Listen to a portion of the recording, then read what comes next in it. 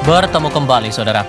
Polda Metro Jaya menghentikan perkara dua tersangka kasus fitnah ijazah Jokowi, yakni Egy Sujana dan Damai Hari Lubis. Penerbitan SP3 ini berselang 1 pekan setelah Egy dan Damai Lubis menemui Jokowi di Solo, Jawa Tengah. Kubu Roy menyebut ini sebagai strategi Jokowi memecah belah. Pertemuan silaturahmi itu semoga bisa dijadikan pertimbangan kemungkinan restoratif justice. Kasus ini kan ada Roy Suryo dan kawan-kawan yang merasa jagoan, dia lawan aja tuh. Polemik ijazah milik Presiden ke-7 RI Joko Widodo memasuki babak baru. Polda Metro Jaya resmi menerbitkan surat perintah penghentian penyidikan atau SP3 pada dua tersangka kasus fitnah ijazah Jokowi, Egy Sujana dan Damai Hari Lubis. Menurut Kabid Humas Polda Metro Jaya, Kombes Budi Hermanto, penerbitan SP3 perkara Egy dan Damai Lubis berdasarkan hasil gelar perkara khusus setelah adanya permohonan dari para pelapor dan tersangka, serta mempertimbangkan keadilan restoratif. Penerbitan SP3 ini berselang sepekan setelah Egy Sujana dan Damai Lubis menemui Joko Widodo di kediamannya di Solo, Jawa Tengah. Dalam pertemuan ini, Egy membantah jika kedatangannya untuk meminta maaf pada Jokowi, melainkan memohon pada Jokowi agar ditempuh langkah restoratif justice untuk menghentikan kegaduhan perkara ijazah. Jangan salah info. Saya kesini mungkin Bapak terima, mungkin pembisik-pembisiknya menyatakan Egy datang meminta maaf. No way, jelas ya. Saya datang bukan untuk minta maaf. Ini saya sampaikan depan beliau.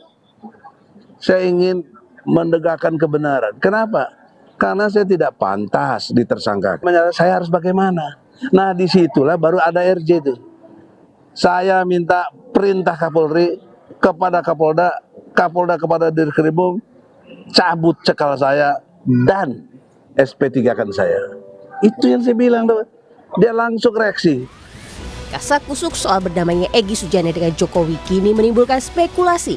Kuasa hukum Roy Suryo CS, Ahmad Kozinudin, menilai jika Jokowi tengah panik.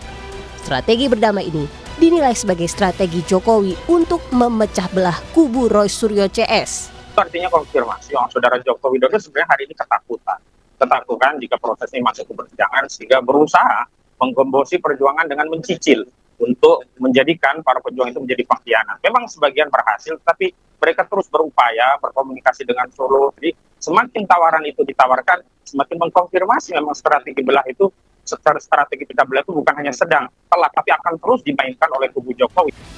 Ketua Umum Kami Jokowi, Rasman Nasution, membantah jika pertemuan Egy dan Damai Lubis dengan Jokowi sebagai upaya untuk memecah belah. Menurut Rasman, Jokowi memang sangat terbuka untuk memaafkan tersangka lain. Aturan hukum, bukan rekayasa. Jadi tidak ada yang disebut dengan pecah belah oleh Bapak Jokowi. Pak Jokowi itu wait and see.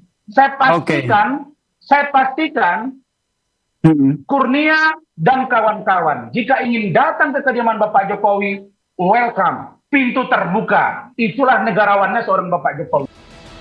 November 2025, polisi menetapkan 8 orang tersangka kasus fitnah ijazah Jokowi. Egy Sujana dan Damai Hari Lubis yang masuk dalam klaster pertama telah dihentikan penyidikannya. Sementara Roy Suryo, Rismon Sianipar dan Tifauziah Tiasuma alias Dr. Tifa yang masuk dalam klaster kedua, berkasnya telah dilimpahkan ke kejaksaan. Tim Liputan, Kompas TV. Apakah benar di balik SP3 dua tersangka ini berkaitan dengan taktik Jokowi?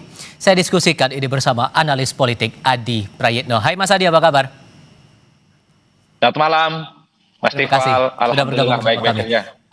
Begini, pada akhirnya kan kalau sudah ada cerita yang berubah 180 derajat ini memunculkan ada pandangan Jokowi versus Roy, Rismon, Tifa. Dan ada yang melihat ini sudah bukan lagi urusannya soal penegakan hukum saja. Sejauh mana Anda menangkap itu? Ya, saya kira secara fakta politik per hari ini, sudah ada 2 orang yang sebelumnya ditetapkan sebagai tersangka, yaitu Egy Sujana dan Damai Hari Lubis, itu kemudian proses penyidikannya dihentikan alias SP3. Ini adalah fakta-fakta politik hari ini yang tidak bisa dibantah, yang tentu publik ini menganggap tidak terlepas dari setelah adanya pertemuan dari kedua belah pihak, yaitu ketika Egy Sujana dan Damai Hari Lubis berkunjung ke kediaman Pak Jokowi di Solo. Bahkan dalam pernyataan secara terbuka, Pak Jokowi juga mengakui ada pertemuan di antara dua belah pihak ini dan mengapresiasi sekaligus juga menghargai bahwa silaturahmi itu adalah hal-hal yang sifatnya mulia. Kita kan juga tahu bahwa sebenarnya Pak Jokowi juga mengatakan semoga dengan adanya pertemuan ini ada yang disebut dengan restoratif justice, yang itu merupakan kewenangan penyidik terkait dengan dua sosok ini. Jadi dua konteks ini yang sebenarnya dilihat oleh publik bahwa sebenarnya dalam proses hukum pidana yang sedang berlangsung sekalipun ada proses-proses yang sifatnya bisa dilakukan dengan cara yang lain, yaitu mediasi, ada islah dan ada perdamaian politik antara pihak-pihak yang saling terkait itu untuk menyelesaikan ini dengan cara baik-baik. Dan itulah yang kemudian ditafsirkan oleh publik, Mas Tifal, bahwa terkait dengan penghentian terhadap dua sosok ini ya tentu tidak bisa dilepaskan terkait dengan pertemuan beberapa waktu yang lalu yang ada di Solo. Karena memang banyak sekali proses hukum di negara kita itu kan dihentikan setelah kedua belah pihak itu saling bertemu dan kemudian menganggap persoalan ini dianggap selesai satu sama yang lainnya. Cuman cuman kalau dikaitkan dengan pernyataan Pak Jokowi yang pernah bilang ini bagian dari operasi besar oleh orang besar, operasi politik oleh orang besar, ini upaya Jokowi untuk melawan itu? Ya, saya kira bagi saya secara prinsip hal-hal yang semacam ini adalah agak sulit untuk bisa dibuktikan ya. Tapi bagi saya secara prinsip sepertinya kalau kita bicara tentang proses hukum, masih ada proses-proses lain yang kemudian bisa diselesaikan. Seperti mediasi dan restoratif justice seperti yang terjadi ini. Oleh karena itu, sekalipun misalnya ada dugaan orang besar, ada orkestrasi, kemudian juga dikait-kaitkan dengan soal kemungkinan soal kompetisi di 2029. Nah, Bagi saya secara prinsip ya, kalau pertemuan kedua tokoh ini tidak mungkin itu hanya bertepuk sebelah tangan. Jadi kedua belah pihak ini sudah bersetuju, saling bertemu dan saling bersilaturahmi. Apakah di situ ada maaf-maafan, itu kan sebenarnya adalah persoalan teknis. Tapi publik melihat ketika ada SP3, yang itu artinya proses hukum yang terkait dengan Egy Sujana dan Damai Hari Lubis ini tidak dilanjutkan, itu berarti ada ruang mediasi yang sebelumnya sudah dilakukan. Jadi ini adalah ruang-ruang persuasi yang per hari ini sedang kita lihat secara seksama, Mas Tifal. satu sisi betul ada persuasi, cuman ada yang berbeda. Karena awalnya Egy Sujana sempat menyampaikan keras begitu, mempertanyakan masalah ijazah ini sampai kemudian akhirnya dibawa ke ranah hukum. Terus kemudian terakhir kali menyampaikan kepada wartawan, memuji bahkan Joko Widodo setelah pertemuan itu terjadi di Solo, Jawa Tengah. Kita coba putar dulu pernyataan Egy Sujana berikut ini. Yang bagus, Pak Jokowi akhlaknya bagus. Dia terima kita dengan baik, padahal dia merasa yang difitnahin. Jadi soal kasus ini, kan ada Roy Suryo dan kawan-kawan yang merasa jagoan. Dia lawan aja tuh. Lalu kemudian berbuah restoratif justice, apakah sesederhana itu atau ada hal lain di balik itu semua? Setahu saya kalau kita membaca korespondensi terkait dengan kisru tudingan ijazah ini, sebenarnya kan sejak lama sudah mulai muncul ruang-ruang untuk adanya dialog ya. Ada ruang-ruang komunikasi dan bahkan kalau kita mendengarkan statement sejumlah relawan Pak Jokowi, membuka ruang dialog dan minta maaf jika ada pihak-pihak yang mungkin ingin meralat bagaimana statement-statement politik terkait dengan tudingan-tudingan ijazah ini, Mas. Artinya sebenarnya sejak lama sebelum ada proses ini, misalnya naik pada persoalan hukum, ada penyidikan dan kemudian sudah ada beberapa orang yang ditetapkan sebagai tersangka, kan sebenarnya ruang mediasi untuk melakukan tabayun, klarifikasi terkait dengan ijazah ini sepertinya sering kita dengarkan sejak lama.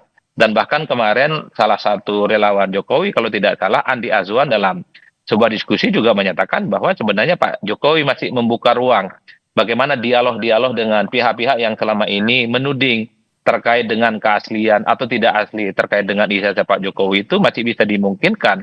Tapi sepertinya pihak-pihak yang menuduh itu menganggap bahwa keyakinan mereka itu benar, keyakinannya itu masih bisa dibuktikan dalam konteks pengadilan. Jadi bagi saya sebenarnya ruang komunikasi politik yang semacam ini juga sering lumrah terjadi dalam persoalan hukum ya. Terus salah satunya adalah soal hukum pidana. Artinya kalau kita menganggap ini restorasi justice dikaitkan dengan SP3, itu ada ruang lain yang masih bisa ditempuh antara kedua belah pihak yang saling berseteru, saling bersetegang, salah satunya adalah perdamaian, salah satunya adalah islah, dan ada titik temu untuk saling memaafkan satu sama yang lainnya. Tanpa ada kesepakatan ini, susah untuk melakukan restoratif justice. Karena itu adalah berketetapan hukum. Karena penyidik ya dalam konteks ini misalnya kawan-kawan di Polda pastinya sudah mengantongi begitu banyak bukti-bukti yang bisa dijadikan novum untuk menyebut seseorang itu apakah tetap tersangka atau proses penyidikan terkait dengan kasus tersangkanya itu dihentikan. Per hari ini ketika sudah muncul SP3 itu kan menganulir bagaimana putusan tersangka kepada Egy Sujana dan Damai Hari Lubis. Per hari ini publik hanya melihat dua tokoh ini, dua sosok ini, Hari Lubis dan kemudian Egy Sujana, ya hanya disebut sebagai mantan ya terpidana terkait dengan tudingan ijazah. Ya selebihnya sudah selesai ini barang karena proses penyidikannya dihentikan. Agak berbeda dengan yang klaster 2 yang kemudian saat ini prosesnya sudah dilimpahkan ke kejaksaan, dan itu publik melihat secara hukum kalau sudah dilimpahkan ke pengadilan ya tentu saja itu sudah dianggap memenuhi kriteria dan unsur-unsur pidana untuk diproses di masa-masa yang akan datang. Tapi sepertinya ruang untuk komunikasi dengan pihak klaster kedua ya sepertinya masih terbuka meski Walaupun kemudian pihak-pihak mereka tetap bersikeras dengan pandangan mereka. Betul, dan bahkan mengatakan tidak sudi mau melakukan itu dan masih cukup yakin bahwa mereka masih bisa membuktikan tuduhan-tuduhan itu nantinya di pengadilan. Ya tinggal kita tunggu bagaimana proses hukum ini selanjutnya, Mas. Karena bagi saya kalau terus misalnya terkait dengan argumentasi politik, dua belah pihak pasti saling adu kuat dan saling menegasikan satu sama yang lain. Yang bisa menghentikan ini semua ujung-ujungnya adalah proses hukum di pengadilan. Biarkanlah pengadilan yang akan menunjukkan siapa yang salah dan kemudian siapa yang benar. Singkat saja, apakah kemudian walaupun Anda sudah sempat singgung itu di sebelumnya, kalau kemudian ini dikaitkan sebagai permulaan menuju ke pemilu 2029, masuk akal tidak langkah-langkah semacam ini? Bagi saya nggak masuk akal ya jika hal-hal ini dikait-kaitkan dengan pemilu. Mungkin bagi sebagian pihak yang lain ini dikaitkan dengan soal kemungkinan persaingan menuju 2029 seperti yang disampaikan oleh banyak kalangan ya. Kalau ini dijadikan sebagai variabel, tentu itu tidak make sense. Karena publik kalau bicara tentang persaingan di 2029 adalah soal bagaimana portofolio politiknya dibangun. Baik. Bagaimana kampanye politik yang dilakukan, bagaimana penetrasi dan kerja-kerja politik ke rakyat yang dilakukan. Bukan dengan cara soal lapor-melapor terkait dengan ijazah yang saya kira ini nggak ada hubungannya dengan preferensi pilihan orang untuk datang ke TPS. Baik. Jadi ijazah ini hanya ramai di ruang publik dan sangat berjarak terkait dengan urusan-urusan pemilu di 2029. Oke, Mas Adi Prayitno, terima kasih sudah berbagi perspektif bersama kami. Selamat malam, Mas. Terima kasih, Mas Tifa. Selamat